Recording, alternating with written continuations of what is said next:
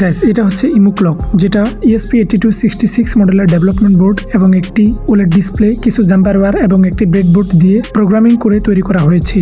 যেহেতু এই প্রজেক্টের নামই হচ্ছে ইমো ক্লক, সময় তারিখ দেখার পাশাপাশি বিভিন্ন ধরনের অ্যানিমেশনের ইমোজি ব্যবহার করা হয়েছে।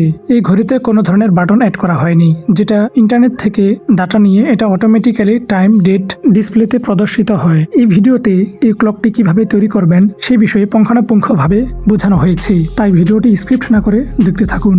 এই স্মার্ট ক্লকটি তৈরি করার জন্য প্রথমে এরকম একটি ব্রেডবোর্ড প্রয়োজন হবে, একটি ESP8266 মডেলের ডেভেলপমেন্ট বোর্ড, একটি 0.96 মডেলের ওলেড ডিসপ্লে এবং কিছু জাম্পার ওয়্যার। এই জাম্পার ওয়্যারগুলো হচ্ছে মিল টু মিল কানেক্টর জাম্পার ওয়্যার। আর এই কম্পোনেন্টগুলো আমি পারচেস করছি ইলেকট্রোএক্স বিডি থেকে। এই অনলাইন শপে আইওটি, রোবোটিক্স, ড্রোন সহ যাবতীয় ইলেকট্রনিক্স পণ্য কম বাজেটের মধ্যে ভালো কোয়ালিটির আইওটি, রোবোটিক্স ও ড্রোন এর বিভিন্ন পার্টসপাতি কিংবা মালামাল পেয়ে যাবেন। ইলেকট্রোএক্স বিডি অনলাইন শপের ওয়েবসাইটের লিঙ্ক এই ভিডিও ডিসক্রিপশন বক্সে দেওয়া আছে, ওখান থেকে আপনারা সহজে পেয়ে যাবেন। এখন ফিরে আসি প্রজেক্ট তৈরি করার পর্বে। এই ডেভেলপমেন্ট বোর্ডের যে জিপিআইও পিনগুলো রয়েছে, অর্থাৎ D1, D2 পিনগুলো, এই পিনগুলোকে আমি ব্রেডবোর্ডের সাথে লাগিয়ে দিব। ডেভেলপমেন্ট বোর্ডটি ব্রেডবোর্ডের সাথে শক্তভাবে লাগিয়ে দেওয়ার পর তারপর প্রয়োজন হবে এরকম একটি ওলেড ডিসপ্লে। এখন ওলেড ডিসপ্লেটিকে ব্রেডবোর্ডের সাথে লাগিয়ে নিব।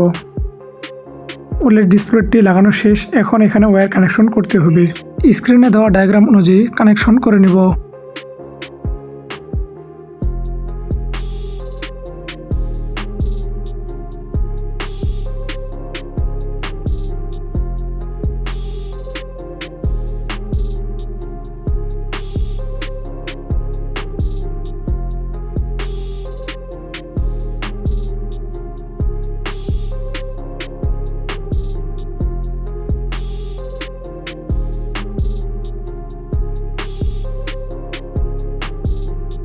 ওয়্যার কানেকশন দেওয়া শেষ। এখন এটাকে প্রোগ্রামিং করতে হবে, যার জন্য এরকম একটি ডাটা কেবল নিয়ে নিছি, যেটা টাইপ সি পোর্টের।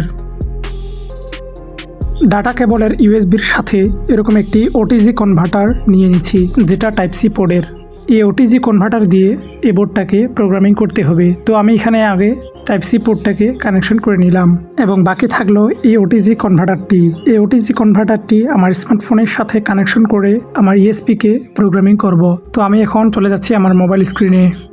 তো গাইজ, চলে আসলাম আমি আমার মোবাইল স্ক্রিনে। মোবাইল স্ক্রিন থেকে যে নোটপ্যাড আছে এখানে আমি একবার ক্লিক করব। আর এখানে আমার প্রজেক্টের সম্পূর্ণ কোড লেখা আছে। এখান থেকে একটু স্ক্রল করব। স্ক্রল করার পর ইওর ওয়াইফাই নেম, এখানে আমি আমার ওয়াইফাই নেমটা বসাবো।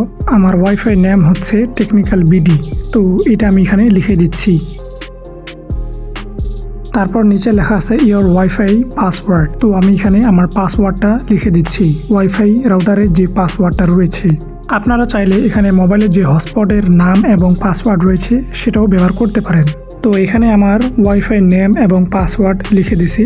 তো টেকনিক্যাল বানানটা একটু ভুল গেছে, এখানে আমি লিখে দিচ্ছি টেকনিক্যাল। ওয়াইফাইয়ের নাম এবং পাসওয়ার্ড লেখার পর সম্পূর্ণ কোডগুলোকে আমি এখন কপি করে নিব। সম্পূর্ণ কোডগুলোকে সিলেক্ট করে নিছি। এখন এখানে কপিতে ক্লিক করব। তারপর নোটপ্যাড থেকে বেরিয়ে আসার পর আর্ডুইনো ড্রয়েড অ্যাপসে ক্লিক করব। এই অ্যাপসটি প্লে স্টোরে সহজেই পেয়ে যাবেন। তারপর এখানে আমি যে কোডগুলো কপি করেছি ওই কোডগুলো এখানে সম্পূর্ণ পেস্ট করে দিব। তারপর উপরে 3 ডট মেনুতে ক্লিক করব। এখান থেকে আমি সেটিংয়ে ক্লিক করব। এখান থেকে বোর্ড টাইপে ক্লিক করব। দেন এখান থেকে ESP8266 বোর্ডটা সিলেক্ট করে দিব। এখান থেকে আমার বোর্ডের ভার্সন হচ্ছে এটা, তো এটা আমি একবার ক্লিক করব। ক্লিক করার পর এরকম একটা পপ আপ মেনু শো হলে এখান থেকে যদি 80 সিলেক্ট করা থাকে তাহলে এখান থেকে 160 মেগাহার্টজ সিলেক্ট করে দেওয়ার পর ওকেতে ক্লিক করে দিবেন। এখন আর্ডুইনো ড্রয়েডে 2টা লাইব্রেরি ইনস্টল করতে হবে, তো আমি এখান থেকে বেরিয়ে যাচ্ছি। তারপর এখান থেকে আমার হোয়াটসঅ্যাপ চ্যানেলে চলে যাব। এখানে 2টা লাইব্রেরির গিটহাবের লিঙ্ক দেওয়া থাকবে, আপনারা এখান থেকে ডাউনলোড করে নেবেন। তো আমি এখানে প্রথম লিঙ্কটাতে ক্লিক করব। করার পর এরকম ইন্টারফেস শো হয়েছে, তো আমি এখান থেকে ডাউনলোড করে নিব। যেহেতু আমার আগে থেকে ডাউনলোড করা আছে তো আমি আর ডাউনলোড করতেছি না। তো আমি এখন আবার চলে যাব আর্ডুইনো ড্রয়েড অ্যাপে, যেটা দিয়ে আমাকে প্রোগ্রামিং করতে হবে। এখন আমি 3 ডটে ক্লিক করব। এখান থেকে আমি লাইব্রেরি অপশনে ক্লিক করব। এখান থেকে অ্যাড ডাউনলোডেড জিপ লাইব্রেরি, এখানে আমি একবার ক্লিক করব। তো এখান থেকে আমি একটা লাইব্রেরি সিলেক্ট করে দিলাম। এখানে আমি ডাবল ক্লিক করব। তারপর দেখতে পাচ্ছেন এরকম একটা পপ আপ মেনুতে দেখা যাচ্ছে এটা কিন্তু এরর আসছে, অর্থাৎ এখানে বুঝাইছে যে এই লাইব্রেরিটা আগে থেকে ইনস্টল করা আছে। এই সমস্যাটা সমাধান করার জন্য এখানে লাইব্রেরিতে ক্লিক করব, এখান থেকে ম্যানেজ লাইব্রেরিতে ক্লিক করব, এখান থেকে আমার আর্ডিনো ড্রয়েডে যে লাইব্রেরিটা ইনস্টল করা আছে আগে থেকে ওটা আমি এখন আনইনস্টল করে দিচ্ছি। তো আমি এখানে দুইটা লাইব্রেরি ইনস্টল করব। তো ওই জিপ লাইব্রেরি নাম অনুযায়ী এখানে যদি আগে থেকে ইনস্টল করা থাকে ওই লাইব্রেরিগুলোকে আমি দুইটাকেই আনইনস্টল করে দিব, নাহলে কিন্তু কোড আপলোড হবে না। তো আমি এখানে আবার যে জিপ লাইব্রেরিগুলো রয়েছে ওই জিপ লাইব্রেরিগুলো বা ফাইলগুলো আমি এখানে আবার ইনস্টল করে নেব। তো আমি প্রথমে এটাকে ইনস্টল করে নিচ্ছি। দেখতে পাচ্ছেন এই লাইব্রেরিটা কিন্তু সফলভাবে ইনস্টল হয়ে গেছে। এখন আমি ওই সেম প্রসেসে আরেকটা লাইব্রেরি ইনস্টল করে নেব, যে জিপ লাইব্রেরিটা আমি বা যে জিপ ফাইলটা আমি ডাউনলোড করেছি। এখন আমি এই লাইব্রেরিটা এখানে ইনস্টল করে নেব। তো আমি এখানে একবার ক্লিক করলাম, দেখতে পাচ্ছেন এটাও কিন্তু সফলভাবে ইনস্টল হয়ে গেল।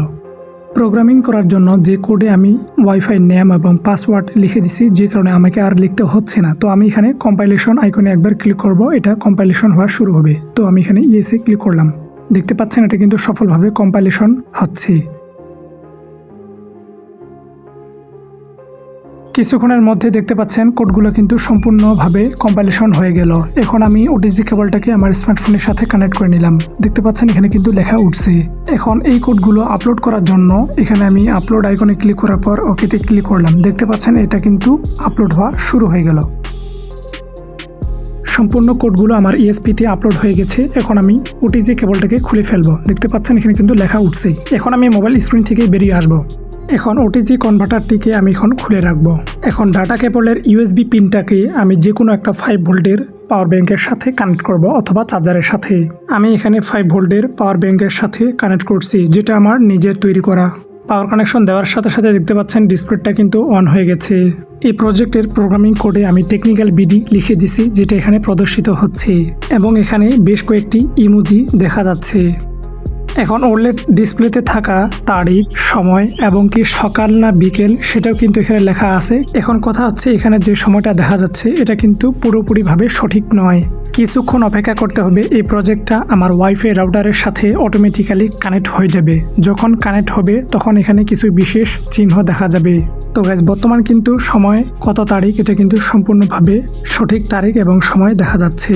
এবং এই যে চিহ্নটা দেখতে পাচ্ছেন এটা কিন্তু আমার রাউটারের সাথে কানেক্টেড হতে পেরেছি আমার প্রজেক্টটি, যে কারণে ওই চিহ্নটি দেখা যাচ্ছে।